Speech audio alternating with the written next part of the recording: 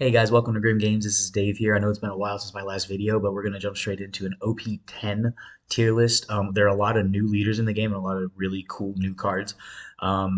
If you see a leader that's already on this tier list, it means that I personally think that these leaders are either are banned or are just not good enough anymore, unfortunately.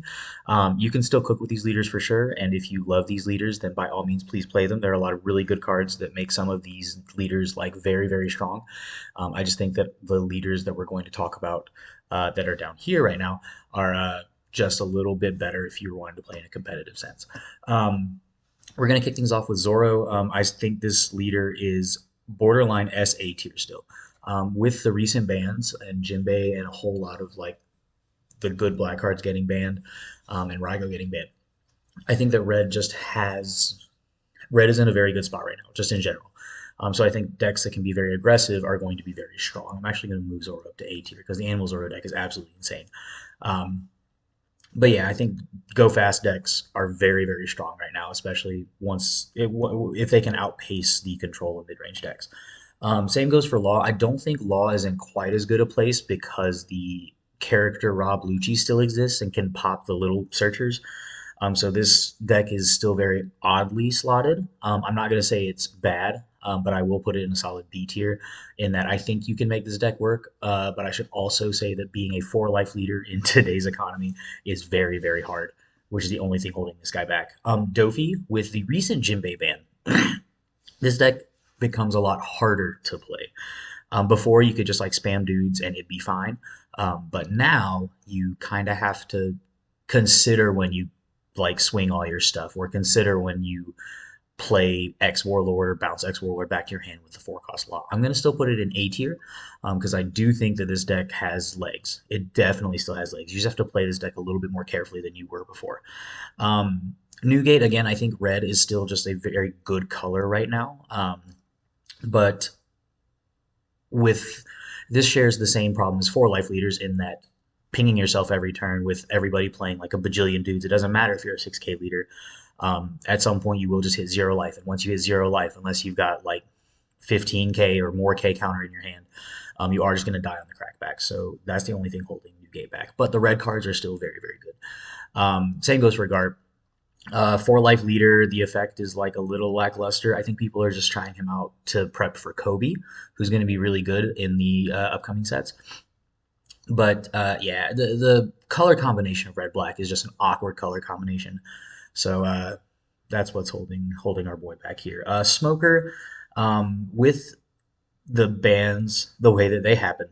Um, if Ice Age had not gotten banned, I think Smoker would have been one of the better black decks. However, Ice Age got hit. I will still put it in the B tier because black still has a lot of ways to pop stuff. Like Gecko Moria and Ice Age getting banned took black decks from being able to pop large drops with just 2 cards to having to use 3 or 4 cards to pop large drops, which in a way you can say is how it's supposed to be, but it does just objectively make black decks worse than they were before. So yeah, we're gonna throw Smoker in B tier as just like a generically good black leader. Arlong is very interesting. Right now, it's probably still in the B tier. I'll put it below the black decks because black decks still pop the stuff. Um, but in 2 more sets, so like OP11, once we get more Fishman and more like trigger support, I think Arlong's going to be very, very good, and people need to look out for this leader. Nami, always have to talk about her. Um, I still I have a personal vendetta against this deck, not because I've lost to it a lot, but because I think it's objectively not a great deck. Um, it is definitely the one singular deck where if you just draw perfect and the stars align, then you will just win the game, not contested, and it's not going to be close. Um, but I also think that this alternate win con could be executed better. That's not to say that people still enjoy this strategy, and that is a-okay. It is just not for me. Is this decision biased? Maybe a little bit, and I will happily admit that, comma, but I think it's just too easy to beat this strategy, which is why I'm throwing it in the B tier.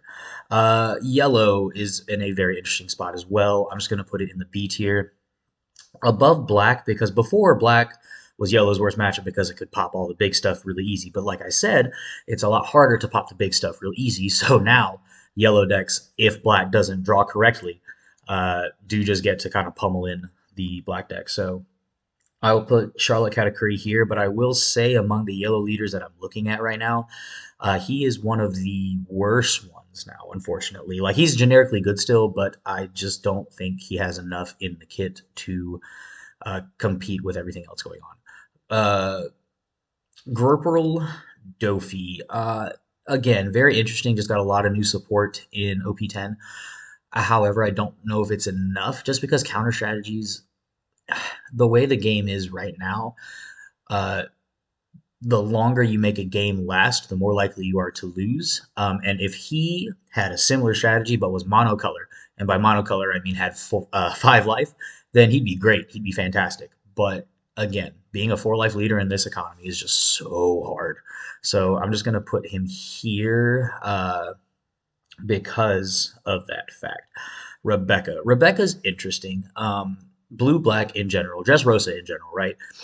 Just got a whole butt ton of new support. That's very, very strong. But I don't think it was enough to put Rebecca in a better spot than a lot of these other decks. Because the clause, this leader cannot attack, is just so hindering. It's so hindering. And you get to see a ton of cards with this deck, but like at the same time, it just doesn't make up for the tempo that you lose by losing a 5K swing every turn. Rosinante, I know he got like support for pretty much just him, and he is near and dear to my heart. But again, 4 life leader, like having blocker on him is really cool. So you instead of like your dude dying, you might just get to draw a card from your life. But he's got no good way to heal himself, and like you can play blockers all day long, but it's not going to matter really if your opponent one either goes fast enough or two just has enough removal to compete with him. Queen, I like to disrespect this deck, but I do have to acknowledge that it does have some new stuff that's really, really cool. I'm actually going to put it at the top of the C tier, just because its gameplay, its game pattern is it's defined, right? Like get yourself to low life and then just obnoxiously find a way to stay alive every single turn for the rest of the game. But again, the more and more cards come out, the better other decks get, the worse this deck gets. And like that's weird to say out loud, right? But if you think about it, it's just true. Um, yeah, that's all I'll say about that one. Another go fast deck, Bello Betty. Um, Betty among the fast decks is one of the faster decks, but I don't know if it's the most consistent fast deck because you really do have to like see a bunch of pieces for Betty to work. Like you can't just throw random bodies on the board, pump them all up, and then expect them all to live. You have to see like the correct combination of bodies. You have to see like the correct counter power. So it's just a little too inconsistent for my liking, but it is not to say that Betty isn't one of the fastest decks in the format. I'll put it towards the bottom of A tier. Like once I get to some of these other leaders, we'll have more in the A tier, but I'm gonna have her towards the bottom of the A tier. Speaking of A tier, Ploofy. I think Ploofy is one of the better decks this format. Like it hasn't changed that much, which is fine, right? Like this deck definitely follows the if it ain't broke, don't fix it category of leaders. So I will put him at the top of the A tier because he still does like the pretty much the exact same thing every game, which is good, right? Like if you're wanting a good deck, this is almost the epitome of consistency. And Gum Gum Giant is a hell of a drug. Perona, I threw this in here just because there's some fairly new support for it. Do I think it's very good? To be honest, no. But I do think in the hands of a good pilot, this deck can be a very, very oppressive control deck and can definitely keep some of the aggro decks in check. That fact alone uh, gave me a reason to talk about it, so it'll be here. Anel. Right now, I would say Anel is like somewhere towards the top of A tier. When EBO2 comes out, it will jump straight up to S tier. That 10 drop is absolutely bananas. But right now, even with the Rygo hit, right? Even with the Rygo hit, the slot machine is still plentiful with Anel, right? Like all your triggers are still obnoxious. You keep an annoying amount of cards in hand, and like you always have something to do, usually out of your life, which is fine, right? That's the whole gimmick for this deck. Um, we've come to accept it. People love it, and it is what it is. And that makes this deck Very good. So that explains its A tier status. Yamato is very interesting. This deck is always like in a weird place. Like, and usually this deck sees better results when four life leaders are dominant. And right now, as I said, it's really, really, really hard in today's economy to be a four life leader. So I will slot it towards the top of B tier for right now, but it'll probably be at like the tippy top of B tier. And this is a kind of deck that like almost at any given moment can shoot up to A or S tier depending on what's good. So like if go fast two color leaders and go fast two life leaders are prominent and in the format, then this leader probably becomes an A tier and S tier leader because this deck has really good matchups into those decks. But if five life leaders continue to be the trend, then this deck just gets worse because you need extra leader swing in order to do any kind of real damage. So there's Yamato. Gecko Moria, the character Gecko Moria was way better in Rob Lucci than it was in the Gecko Moria deck, which you could argue if they had just eroded it to leader lock it to Gecko Moria, card would be completely balanced, right? But that being said, it was a very very good card in this deck. The bigger hit to this deck was Ice Age because now you have to work that much harder to pop stuff with your Absalom.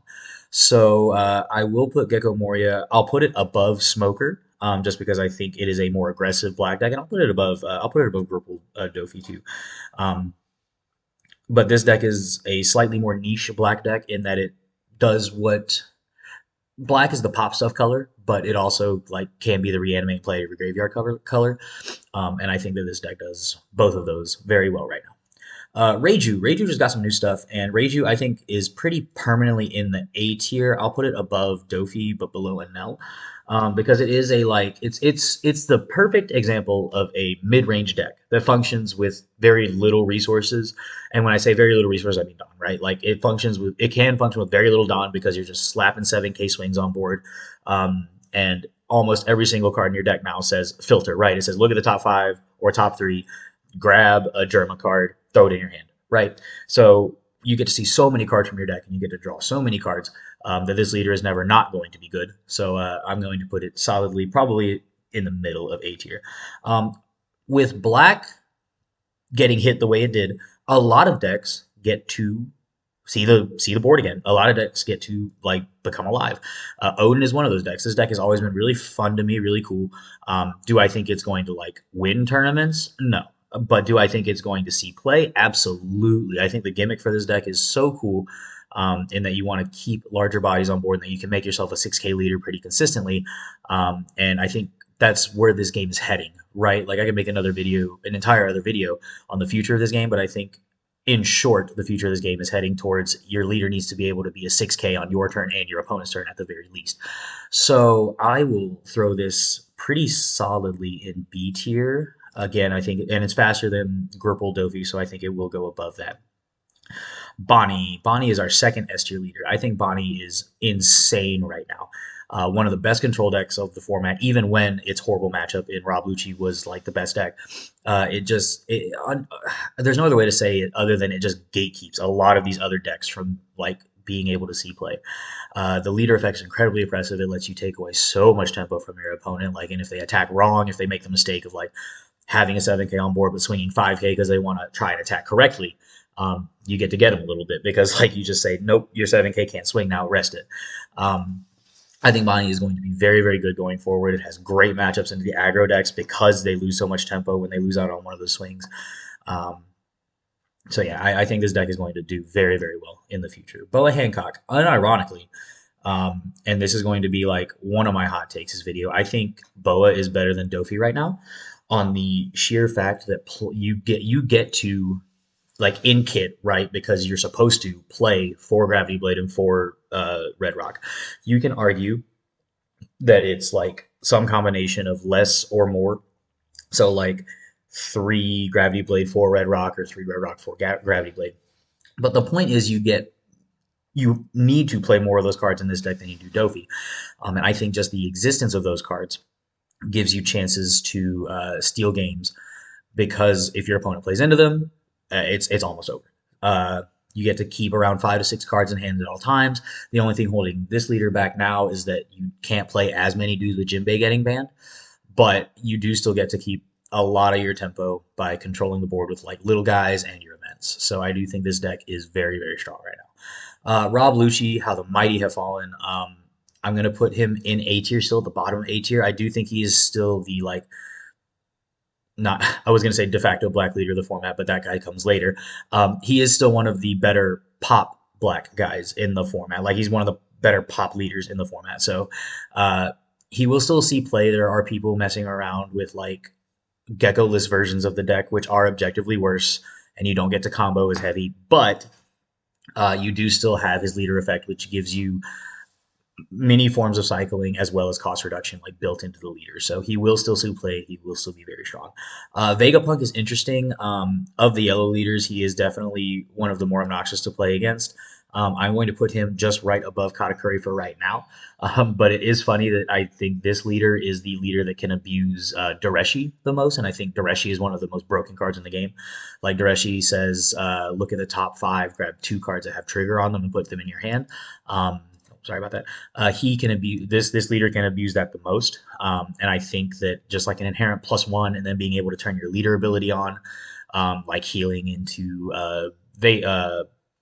the blocker guy, or getting like a Nami and putting Nami at the top of your life is like really really good. So I think he's going to be very good in the future, especially when the new 5 drop Vegapunk comes out later. But right now, I think he's also pretty solid, pretty solid. Red Green Tony Chopper. Unfortunately, Zoro just does what this leader wants to do better. But that's not to say that any deck that can sorry, all that is to say that it is a red deck that can play the animal package. Therefore, it automatically gets to be like towards the top of B tier. I think it is a little bit better than Law because it doesn't lose as hard to the character Rob Lucci. But um, yeah, this leader is pretty fun, and the fact that it's Chopper gives it style points. Marco. Now, Marco is so interesting right now because Marco, for one, is already a powerhouse, right? Like it's probably the closest thing we have to what Black used to be, and I can say that kind of confidently because this is the removal deck now. Like you get to cycle and you get to minus something, um, and being able to play Sanji into Rayleigh is probably the one of, if not the strongest plays in the game. I will put him at the tippy top of A tier um, for right now. But when OP11 comes out, I do believe he is going to jump straight up to S tier. I don't think he's going to be the best deck, but I think he will definitely be a conversation for one of the best decks, and he will be a meta. He will be in the meta by OP11. Um, and much like with some of the other leaders that aren't going to make S or A tier, the only thing holding him back is that he's a 4 life leader. Carrot, very interesting green deck. I don't think it does enough to keep up with the unfortunate thing with this deck is that you're not really winning the game. You're just controlling it until you feel comfortable enough to swing for game. And when decks are going as fast as they are, like even if you're keeping something rested, like if I'm playing Zoro, if I'm playing Chopper, I'm not afraid to just like kill my dudes, replace them with dudes that are standing up, pass turn with those guys standing. So if you don't have a way to rest them, I can like do a million 7K swings on your face next turn, and then it's like almost the exact same thing. So for Carrot, I'm going to put her somewhere in here, just because I think she's better than all of these decks, and she's probably in about the same place as these decks, as like the B tier decks. Um, so yeah, uh, Black Purple King, unfortunately, probably one of the worst iterations of a pop and reduced deck. Unfortunately, like it reads insane. When I read this card, I thought it was going to be one of the best decks in the game because it does literally everything that purple and black want to do, but it just doesn't. Like they don't mesh, which is weird to say. But yeah, he just doesn't do what you want him to do, and there's not a card that unlocks what he wants to do. So he will be at the bottom of C tier, probably the second worst leader on this list. I don't think this deck can I just don't think this deck can see play anymore. I think decks are going too fast. Even the slow decks are going faster than this deck, and just the fact that Charlotte Pudding, the purple yellow Charlotte Pudding, does everybody knows the game plan, right? Like you're just trying to get to 10 as fast as possible, and you're chaining big bombs, and like I look at that strategy and say, cool, I'm just going to cave your teeth in before you get to 10 Dawn. Like that's my whole game plan. It doesn't matter what you play from here on out. You face is the place where the helpful hardware goes. I'm going to smash your teeth in, and when you get to 10 Dawn, you might have one life left. Ideally, you'll have zero life left, but once you play that Big Mom, you'll have two life left, and I'll probably have a board full of dudes. So you will lose on the crackback, and it's just so predictable. It's so easy to play into, and like I just don't think it can see play anymore, unfortunately. Calgara is a red deck disguised as a yellow deck. So I'm going to put it pretty safely above all of these decks because regardless of what you want to say about the predictability, I just talked about predictability with Pudding. This deck is also pretty predictable. However, it's a different kind of predictable, right? Like you sit across from Pudding and you're like, I know how to play into this. Um, I'm going to cave your teeth in before you get to 10. You sit across from Calgara and then you start to sweat because you're like, damn, on his like 7 Dawn turn, he's going to play a 6 for 8, and then he's going to play a 5 for 6. And then I'm going to still have to look at a 5 for 6 and a 6 for 8 while he still has like 3 life left. And that's not including like the 5 for 7 and like the 3 for 5 you probably played the turns previously. Like it's this deck puts out so many dudes. It cycles so much. It has so much counter power. I think this deck is incredibly strong at all times. Whenever it gets the new Enel, it's going to get even stronger. And then it gets a search card that lets you search for your Kalgaras. Like I think this leader is absolutely insane. So if you were looking for a budget option to get into the game, Kalgara is definitely the way you should go. Like this deck is crazy and it's very very strong. Shanks, I am going to biasly say, and I will open with that I think Shanks is the de facto best deck right now. And I think the only reason people aren't playing is because they think the play pattern is quote unquote boring. Because it really is just it is a play one dude a turn deck and then keep the board as squeaky clean as possible. Your dudes are always going to be bigger. Your on plays are always going to be more impactful. And you will always have the leg up on your opponent because your most impactful cards have rush. So they'll be able to get value immediately, not only when they hit the board, but when they swing. I think Shanks is the de facto best deck right now. It's really awkward to play into because you have to allocate Dawn in order to like even touch him. It has enough good red 2Ks to be good. Like this leader just has everything going for it right now. And I am slightly biased when I say that because this is the deck I've been playing since it came out. But I do wholeheartedly believe that Shanks is the best deck in this format.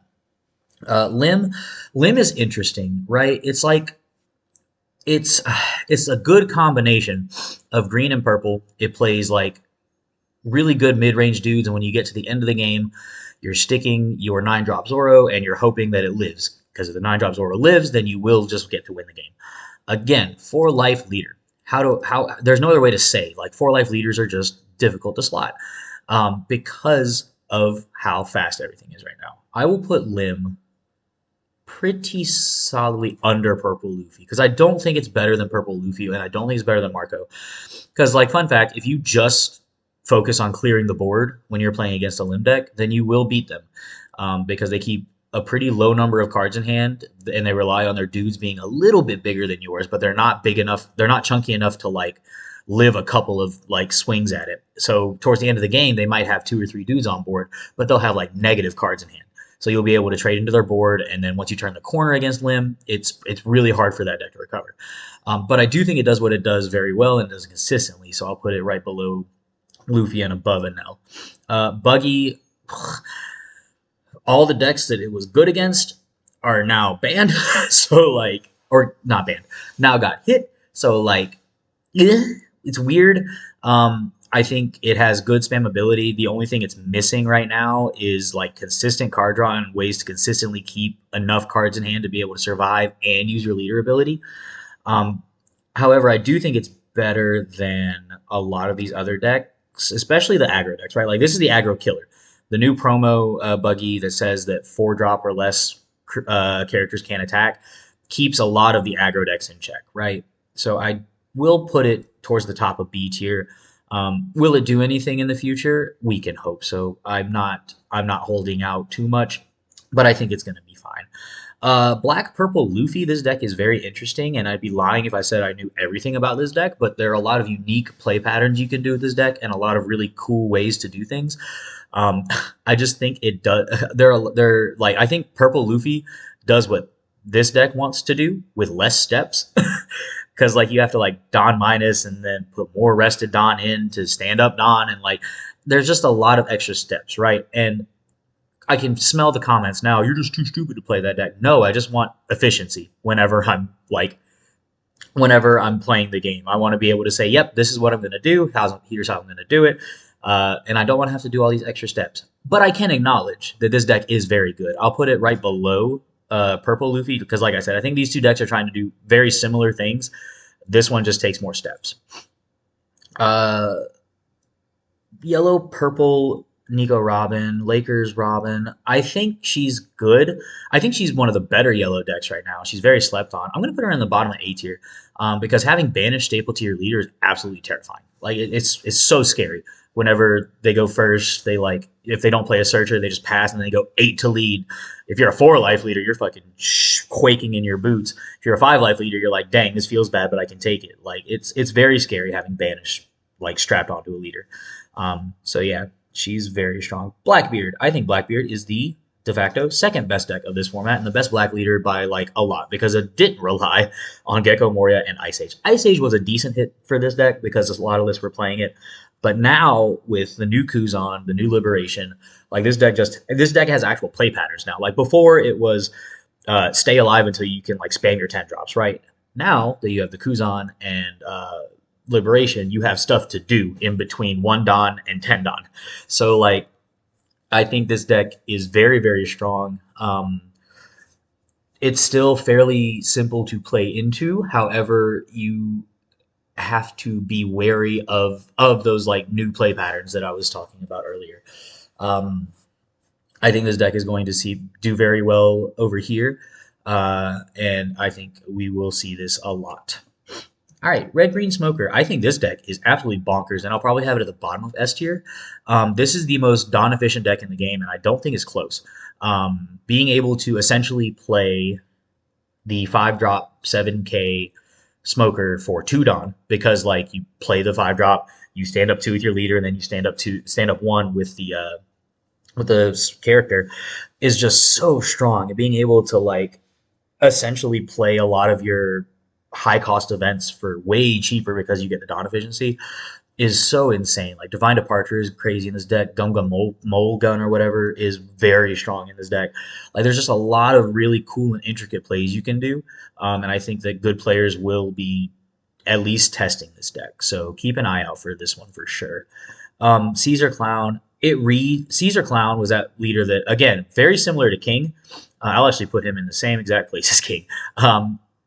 Reed's insane, right? Like it's removal on a leader, which if we remember my son and my boy Red Purple Law, if we remember him, he had removal stapled on him, and he was the best leader in the game for a while.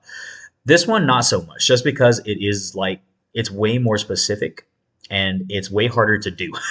So yeah, Caesar Clowns is not very good, unfortunately. I think people will try him, but there's no reason to play this deck when this deck exists. So that's where Caesar lies. Sugar is very interesting. I think the best version of this deck is the Animal Pyres version, and if people get on that deck, then it would be like probably bottom of A tier. But for right now, I'm going to put it around here. A lot of these B tier leaders can like just go in any order. But yeah, I think Sugar is just going to be right there. There's a lot of survivability there mixed with aggression if you're playing the Animal Pirate package. So, or not Animal Pirate, the Animals package. Because you can recycle the 1 drop event, which is really strong. But yeah, it's just not as good at doing that. It doesn't go as fast as the other decks when it comes to spamming out dudes. So I think it's just not great. Uh, Green Yellow Law, one of my favorite decks this format, is definitely not S tier, but I do think it's better than like a lot of these A tier decks. So I'm going to put it pretty solidly in A tier. The Green Yellow Law is just again 4 life leader. If this leader was 5 life, he'd be one of the best leaders in the game, and he'd be automatically like I'd probably say middle of S tier. But being a 4 life leader and having to essentially kill yourself to get tempo and play dudes, um, it's a good balance system, and I think he's incredibly balanced. And I think his play patterns are very interesting. They're very intricate, and this is the big brain. This is a big brain deck, but I do love my boy, and I do think he is quite strong. So I'll put him right here towards the top of A tier. But there are some games that you play with him where you will just die, and that is unfortunate. Usopp, Usopp is definitely somewhere in the A tier. I don't know where in the A tier, but he's somewhere in the A tier, right? Like he's a blue black leader that can swing, which we've seen in the past. Very fucking strong, like very fucking strong. Uh, I'll put him in the middle of A tier just because, and you still get to like protect your dudes and draw cards. So like this is definitely just like the don't touch me deck of the format. And then once you get to Tendon, you start turning the corner and controlling the board a little bit more. Um, but again, suffers from being a 4 life leader. It's so hard being a 4 life leader in this economy. Piss Kid, I mean Yellow Kid, my bad. Very cool deck, very interesting deck. I think it's a little better than Calgara. It might be a little better than an L. I think it's better than an L right now, at least. Whenever this guy gets the 10 drop, this guy's gonna be so good. But I think the plays you do with this deck are really fun, and like having two Basil Hawkins in the mid game just feels so insane. Being able to crit your opponent for 2 life and not take a hit, and then slamming down your 8 drop kid, critting another life. That's 3 life. So against 4 life leaders, you're essentially killing them. Against 5 life leaders, you're putting them down to like 2 or 1 life going into the late game. So like this guy is really really good. Oh, she was supposed to be here. He was supposed to be here. These were supposed to be here. My bad. I'm gonna skip them. Ooh, Red Sanji. I could talk about him. He's cool. The vanilla meme version of the deck is funny, but I do think like a real when attacking version of this deck can be quite strong. I don't think it's better than a lot of these other decks, but I do think it is still pretty strong. Um, I don't think there's a reason to talk about him when the I don't have the ST21 leader. Uh, Pretend he's the ST21 Luffy. I think the ST21 Luffy, so like the Gear 5 version of the leader, is one of the better red decks. So he'll go towards the top of A tier because again, just Dawn efficiency and being able to swing for good numbers in the early to mid game means so much. So yeah, pretend that's the Gear 5 Luffy. Oh, you were supposed to be here, unfortunately, and you were one of my favorite leaders in the game. Um, Purple red Luffy's interesting. Like it gets to be a de facto 6K leader, but it's at 3 life. I'm gonna put it towards the bottom of the A tier because I do think it has good matchups into all of these other decks, and it has pretty good matchups into some of the stuff up here.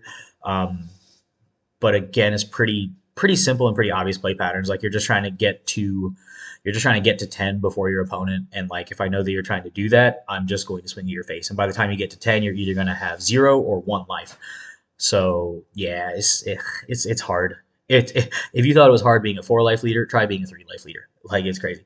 Okay, Kid, I'm gonna put him here again. Like I don't think this leader's going to do anything in the near future. Like you can, he's an interesting leader, but I just don't think is better than the other ones. Green Uta, this is like another red esque deck wearing a green cloak. Just being able to play dudes and keep cards in hand is powerful. Like it's good. I'm gonna put her here below Carrot because I do think that Carrot's just a little bit stronger than this, but it is what it is. A deck that not many people are talking about right now is this Zoro Sanji. I think this Zoro Sanji is incredibly powerful. Um, Losing Jinbei meant a lot, but now you get to do more bounce shenanigans. Like you have bounce built into your leader, and it's bounce for your dudes, but that means you always get to keep card advantage. You always have to get to have counter in hand while still applying pressure once you start swinging with like your Ever Weevils and stuff like that. Um, so I will put it slightly above these other leaders in the B tier, but definitely don't sleep on Zoro Sanji right now. I think it's very strong. The three brothers stuff, of the three of them, now, RA pieces, we're just going to talk about him first. I think you can still definitely play this leader. It's just marginally worse with Gecko Moria gone. So now instead of like just playing Gecko Moria, you have to like play something that sets up your life and play your little guys. Um, like you don't just get to play two of them for free and establish a 9K body.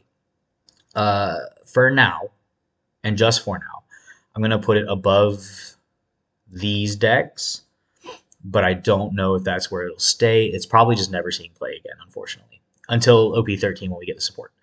Red Yellow Sabo, unironically, I think is the best of the three brothers right now. I'm gonna put it at the bottom of A tier just because this is Green Yellow Law is a big brain deck. This is a huge brain deck. Like your brain has to be enormous to play this deck. It's so intricate, but it's incredibly good. And being able to heal 2 or 3 life towards the end of the game is sometimes just too much for your opponent to keep track of, and too much for your opponent to deal with. So if you can like get the loops with this deck and like master the sequencing for this deck could be a very very strong deck. I'm going to put it towards the bottom at A tier. Ooh, this leader was supposed to be here. Sorry. Okay, well, so that's my tier list. I think these 5 decks up here are the high key de facto best decks. Um, with these 4 being at the very tippy top. So if you want to play competitively in a tournament setting, I think you should play one of these 4 decks, and you should try Red Green Smoker. Any of the decks in the S and the A tier can absolutely compete. I think they're very good. B tier, you'll have to work a lot harder, but you can still like definitely play. In C tier, don't hold it too much hope. Don't hold your breath. Um, yeah, I appreciate you guys watching. I'll start trying to post a little bit more. I'll have deck lists for all of the S tier decks coming up soon, and then I'll throw in a couple of these A tier decks as well, just because I think they're worth talking about. Uh, Thanks for listening, and comment your favorite leader, please. I want to talk about it. I want to talk to you guys. Thanks.